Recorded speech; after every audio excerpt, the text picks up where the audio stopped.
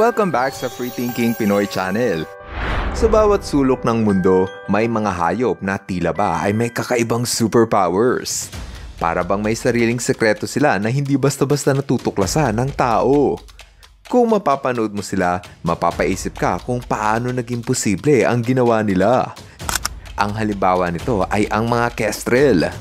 Maliit lang itong ibon na madalas mong makikita na tila ba lumulutang lang sa himpapawid.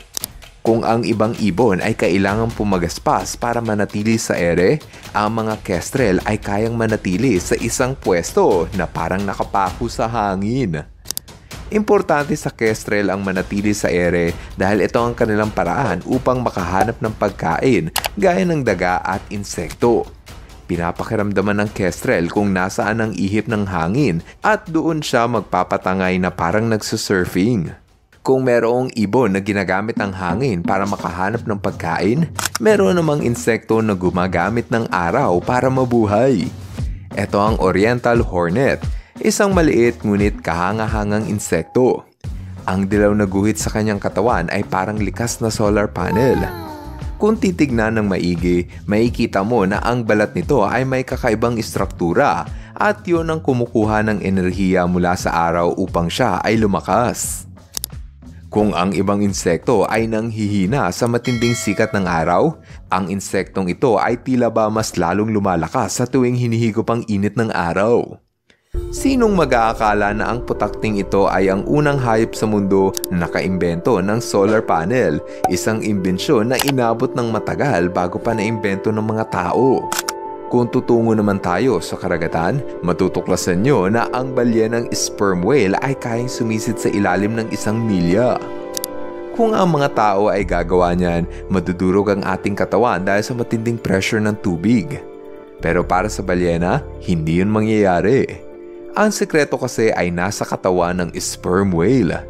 Ang kanilang baga o lungs ay kayang lumiit at magbago ng hugis para hindi masira sa lakas ng pressure sa tuwing nagdadive sila sa kailaliman ng dagat. Ang oxygen naman ng balyena ay hindi lang matatagpuan sa kanilang dugo, kundi kaya din nila itong ipunin sa kanilang muscle kaya hindi sila nauubusan ng supply ng oxygen sa katawan.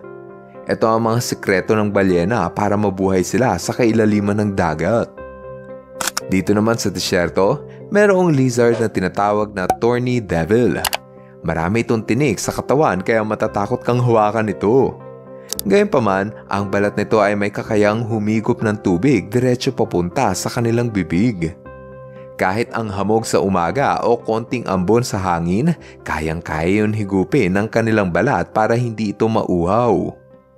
Hindi niya kailangan ng balde o imbakan dahil ang buong katawan niya ay nagsisilbing kolektor ng tubig. Sa ganitong paraan, ang katawan ng thorny devil ay nagmimistulang imbakan ng tubig sa desyerto kung saan bihira lang ang umulan.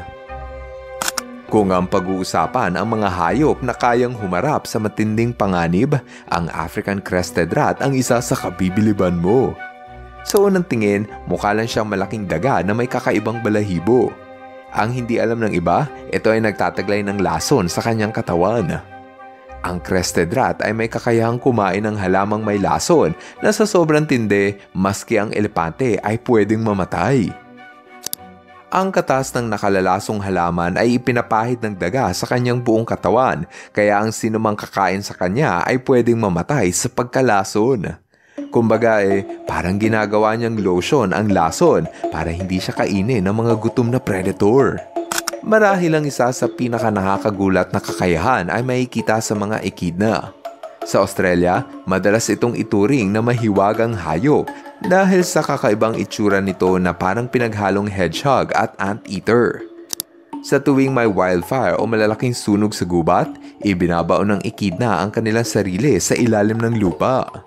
Doon, nagiging parang bato ang kanyang katawan, bumabagal ang tibok ng puso at bumababa ang kanyang temperatura.